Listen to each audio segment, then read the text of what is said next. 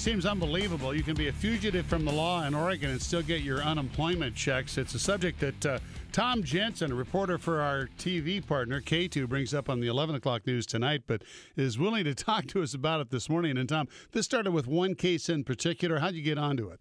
Well, actually, we got an email from a family member, from a friend of a family member, actually, interested in this person in particular because he molested this woman's daughter who was babysitting for him, and he was supposed to be in court for these multiple molestations back in January, and he never showed up.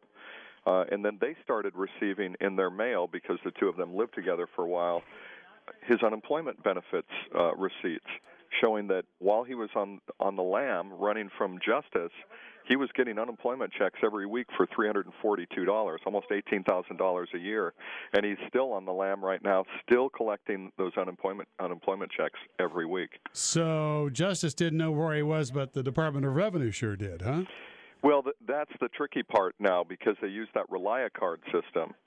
These guys get their, the money deposited in an account, an ATM account, basically, and they're just able to go to whatever ATM they want to use the cards and take the money out. So it's a little trickier, checking on these guys and tracking them just with the unemployment benefits. But you can subpoena the banks and find out if they're using a particular ATM more than another to take their money out. Since you've done some investigating on this, do we know how often this happens? That's the one thing that they're not able to track right now, because the Department of Revenue is telling me that only 1 or 2 police departments a year actually request this information when they have fugitives, a wanted person out there collecting unemployment benefits that they know of.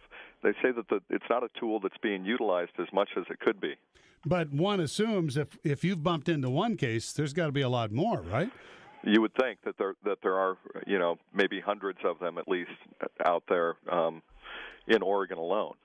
What do you think is going to happen now? I mean, you're bringing some light to it tonight at 11 o'clock on Channel 2, and I know you've talked to authorities about it. What kind of feedback are you getting? From the Department of Revenue, like I said, they said that the police departments aren't asking them for this information. When I went to Salem PD, this is their case. They were reluctant to talk about it, saying they didn't want to tip off anybody about how they're using these tools. They said that this is just one tool. And I can say that Salem PD did put this person, this fugitive, Gabriel Diaz is his name, on one of their 10 most wanted list posters that's distributed out through the Willamette Valley area.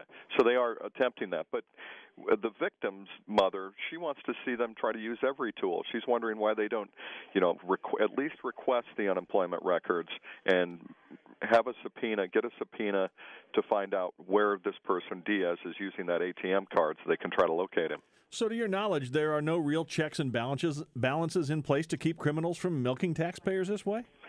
There's no law in the book that says they can't collect these checks while they're running from justice. Now, there was a bill in the last legislative session.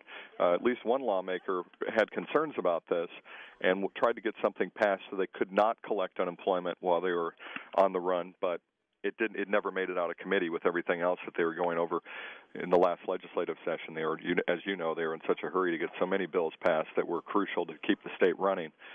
But they're hoping to get another one in the next legislative session, and I know that the victim's mother down in Salem and other folks who are related to this case alone want to push for that. Tom Jensen bringing us yet another case of how your tax dollars may be being misused. Watch for his report, Fugitives with Benefits, the 11 o'clock news tonight on K2. Tom, thanks for telling us about it this morning. Thanks a lot, Paul and Scott.